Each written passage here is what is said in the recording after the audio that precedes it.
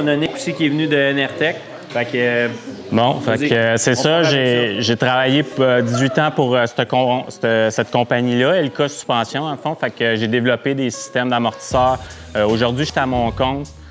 J'ai parti NRTech Suspension il y a 2 ans. Fait que je suis encore vivant.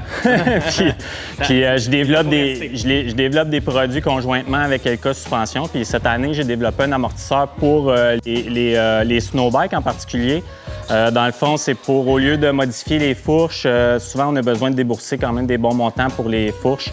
Au lieu d'avoir à faire des modifications sur la fourche, on a juste à installer cet amortisseur-là qui vient se botter en dessous de l'aile, puis sur le pied du ski.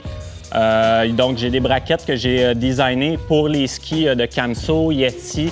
C'est un concept qui existe déjà, mais qui était fait seulement pour les skis de Timbersled. Fait que moi, je l'ai adapté pour les skis de Camso puis les skis Yeti. Dans le fond, je pense que le but de ce choc-là, c'est parce que normalement, comme ces suspensions-là, qu'est-ce qu'on a fait? C'est qu'on les a refaites pour qu'ils soient plus raides. Ouais. Parce qu'en snowbike, c'est quoi un peu que ça fait? Bien, qu'est-ce qui arrive, c'est que, tu sais, en temps normal, il y a une roue à la place du ski.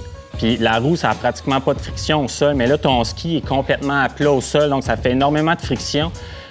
Puis l'inertie de la chenille en arrière, ça fait que ça transfère beaucoup de poids sur la fourche, donc la fourche, elle compresse énormément, puis ça fait que c'est une machine qui est inroulable. Fait que pour ça, il faut mettre des springs très, très rigides, changer l'hydraulique souvent, t'en as pour une couple de dollars.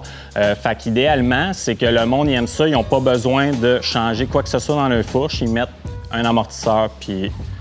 Fait que tu mets le setup avec le setup de braquette, puis dans le fond, tu viens corriger, dans le fond, qu'est-ce que tu vas aller chercher en refaisant la suspension au complet. Fait que c'est quand même de quoi d'intéressant. Après ça, mettons, dans le derrière d'une Camso, t'as-tu quoi de particulier que les gars pourraient savoir pour le setup, tout ça? Bien, derrière le Camso, tu as un ajustement assez standard comme une motoneige, un torsion spring ici en arrière. Avec un système à cam pour pouvoir mettre un peu plus de pression sur le ressort, dans le fond, ce qui va faire en sorte que ta suspension elle va se tenir un petit peu plus haut dans la course ou vice-versa, un petit peu plus bas, tout dépendant du poids du pilote ou du type de conditions de neige, où il y a bien des choses qui se rattachent à ça. Tu veux aller chercher si la neige est plus dure, mettons, là, tu dis que il y a plus de transfert ou qu'est-ce que... Oui, exactement. Si la neige est plus dure, tu veux qu'il y ait plus de transfert, un peu plus de confort, ça va enlever du poids sur le ski en avant. Puis si la neige est trop poudreuse, qui est bien épais, mais tu veux moins de transfert parce que tu veux que ton traîneau il embarque par-dessus la neige. Fait que là, tu joues avec la section d'en arrière. Oui, exactement. Puis l'amortisseur Camso, c'est assez basique comme système. C'est assez de base. Il n'y a pas d'ajustement sur le choc en tant que tel.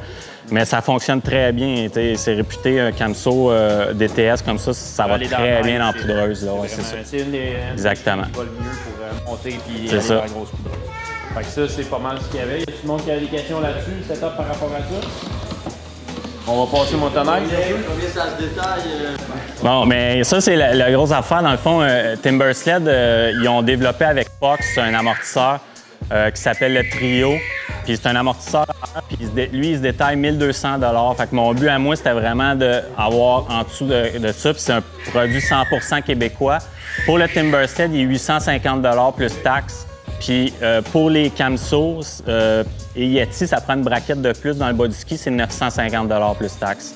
Fait que c'est un petit peu plus dispendieux à cause des braquettes additionnelles. Mais c'est quand même en dessous. Si tu t'achètes ton bicycle, puis à chaque année, tu as l'intention de le ramener en motocross. Rentabiliser ton... Ouais, c'est ça. Exactement.